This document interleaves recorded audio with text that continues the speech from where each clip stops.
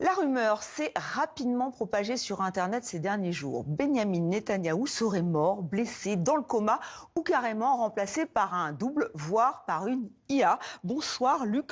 Bonsoir Comment Estelle. en est-on arrivé à de telles conclusions? Tout part d'une vidéo récente, celle de la dernière prise de parole du Premier ministre israélien, datée du 12 mars.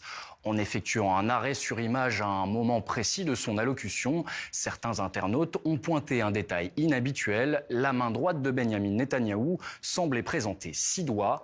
La preuve, selon eux, d'un deepfake grossier ou d'un Benyamin Netanyahou remplacé parce que le vrai serait déjà mort, tué dans une frappe iranienne.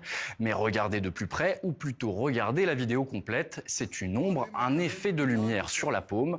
Sur le reste de la vidéo, ses mains sont bien normalement constituées. Ajoutez à ça le silence inhabituel de son fils Yair Netanyahou sur X depuis le 8 mars, lui qui avait jusque-là plutôt pour habitude de poster quasi quotidiennement. Tragédie familiale, deuil, il sait quelque chose, les théories s'enchaînent. Hier soir, le bureau du Premier ministre israélien a directement démenti les rumeurs sur sa mort. En réponse à une question de l'agence de presse turque Anadolu, son cabinet a publié ce communiqué. Ce sont des fausses informations, le Premier ministre va bien. Et pourtant, ça continue. Comment vous expliquez une telle propagation?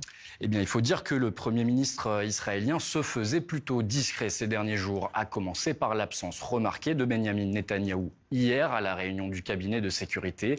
Alors que la guerre au Moyen-Orient vient de rentrer dans sa 3e semaine, la réunion stratégique a été menée à la place par son ministre de la Défense, Israël Katz.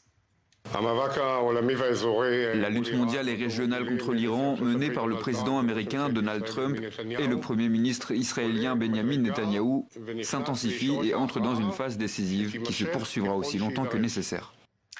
De quoi alimenter les spéculations sur la toile, mais en pleine guerre ouverte avec l'Iran et le Hezbollah libanais, il n'est pas étonnant que le chef du gouvernement israélien entretienne le secret sur ses déplacements et sa localisation en temps réel, car il constitue bien sûr une cible de premier plan pour ses adversaires. Ce dimanche, les gardiens de la révolution iraniens ont de leur côté publié ce communiqué en guise d'avertissement.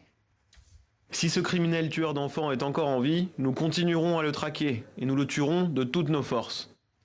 Dans l'incertitude d'un embrasement régional majeur, la désinformation tourne à plein régime, narratif contre narratif. À plusieurs reprises déjà depuis le début du conflit, des médias proches du régime iranien avaient laissé planer le doute sur le sort de responsables israéliens après l'annonce de frappes ciblées. Des annonces à chaque fois démenties côté israélien.